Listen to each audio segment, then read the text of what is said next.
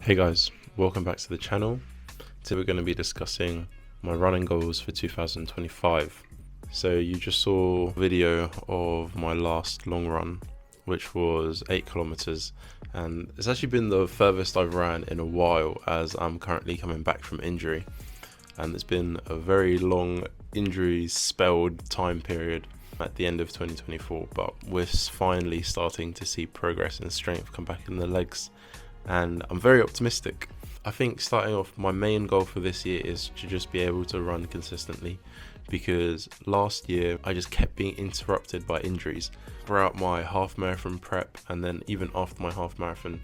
And so for 2025, all I want to do is just be able to continuously run throughout the entire year and not have, or at least no reoccurrence of the same injury. If I get a new injury that I've never had before, then fair enough, but I just do not want to have the same injury that I've had before. My main time and distance goal for 2025 is a 20-minute 5k time, and I'm giving myself the entire year to do that, specifically because of point 1 where I don't want to get injured. So the intensity ramp up is going to be gradual and very conservative, because at the end of the day, I much prefer being able to run and achieve my goal at the end of the year than try and achieve it right now and get injured again and not be able to run. A 20-minute 5k is definitely ambitious. My current 5k time is 24:24, and I'm actually not sure what I could run a 5k in at the moment, and I'm not going to try it until I get out of my current phase of training, which is just consistently hitting 16 kilometers a week for the next, 6 weeks total, but I've already done 3.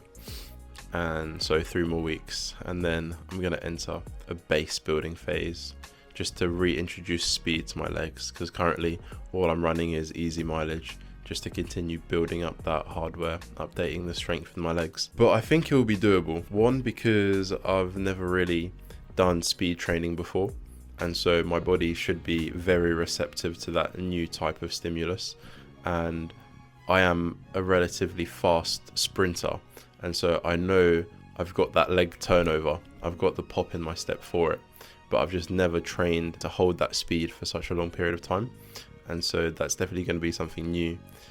There's this whole idea that to be a good runner you need to have good top end speed, but also really solid foundation, and this comes in the shape of a pyramid, and 5k training really trains that top end speed. And basically all I've been doing for the past year and a bit has been that bottom layer, increasing my base. So I feel very fit. My resting heart rate is quite low. The thing is, when you get better at any part of the triangle, it upgrades all parts of the triangle, and I definitely experienced that, because before I started running, my 5k time was 27 minutes and a half, but then when I ran for 3 months only at zone 2, which is very easy training, I managed to get my 5k time from 27.5 minutes to 24.5 minutes. And so I think when I introduce that speed training now, it's going to add even more of a boost, which I'm very much looking forward to. So back to my current training. So let me walk you through the thought process and the kind of structure of my training for the next few months. So currently, like I mentioned, I'm returning back from injury. And the thing with returning back from injury is that you don't want to increase the intensity too fast, because then you're going to be putting a load on your tendons, muscles, or ligaments, whatever you've injured, which is greater than they can handle, and so they won't be able to heal. And so at the moment, even though cardiovascularly I'm fit enough to run more than 16 kilometers per week, I want my body to catch up structurally to my metabolic fitness before I take it up again. And so after 6 weeks of 16 kilometers, and already I'm feeling like I don't ache after any of these runs, which is a great indication. I'm going to start introducing intensity, and what that will look like is, instead of 3 easy runs a week, which is what I'm currently doing with 1 long run, I'm going to be doing 2 easy runs with 1 workout or 1 session. And this will range from tempos, which is at a sustained moderate pace, quite fast, intervals, which are, for example, 400-meter repeats at a much faster pace, and hill sprints, which is, like it sounds, just running up a hill as fast as I can for like 20 seconds. And all of this in combination will elevate my speed, my power, my ability to hold faster speeds.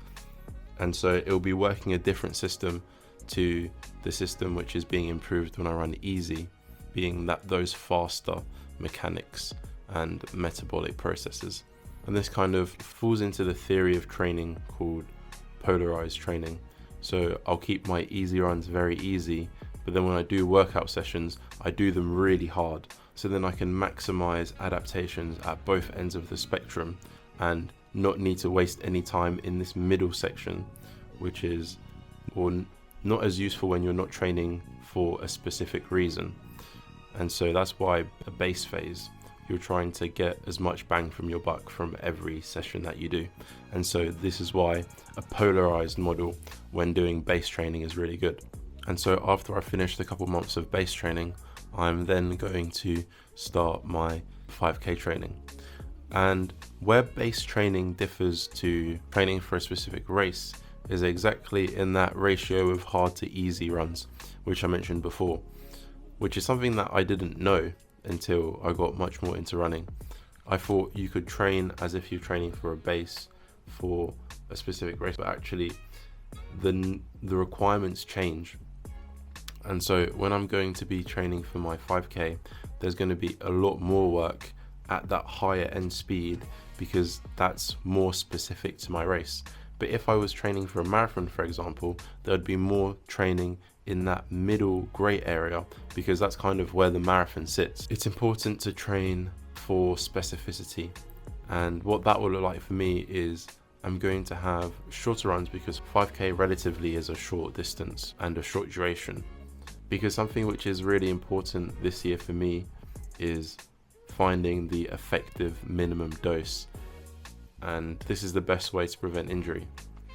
And what the effective minimum dose kind of implies or is referring to is the fact that there's a range of the amount of stimulus which is required for you to develop adaptations, and within this range there's a minimum.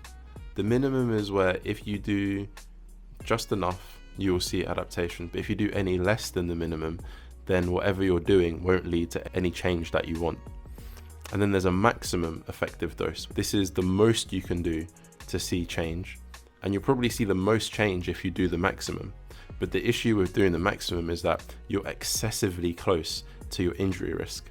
And so I want to stay as close as possible to the minimum, because by doing this, I'm going to be able to continuously see improvement, but also be as far away from injury as possible.